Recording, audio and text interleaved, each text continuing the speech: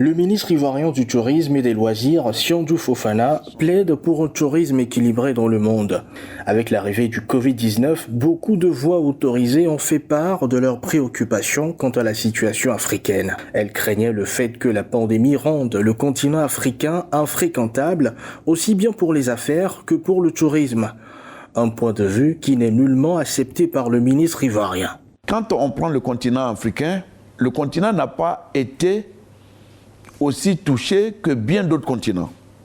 Ça serait injuste et quelquefois déplacé et maladroit de ne pas le souligner souvent dans les médias et par les pays de l'OCDE.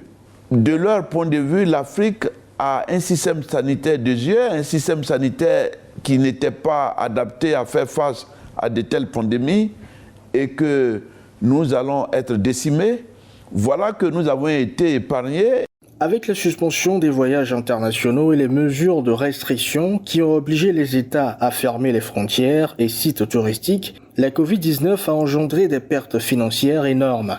D'après l'Union africaine, les pays africains ont perdu en l'espace de 3 mois 55 milliards de dollars de revenus touristiques et de voyages.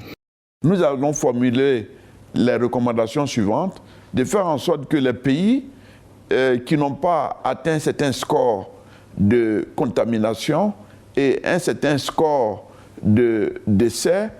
De ce point de vue, il faudrait prendre en compte les critères et leur structuration et les méthodes qui ont été instaurées sur ces différents territoires pour faire face à la crise sanitaire, à l'effet de ne pas les rendre tributaires de certaines actions qui ne sont pas des facteurs endogènes, mais qui sont des facteurs exogènes et qui savent bien le gérer et ils ont montré leur capacité de résilience face à cette pandémie.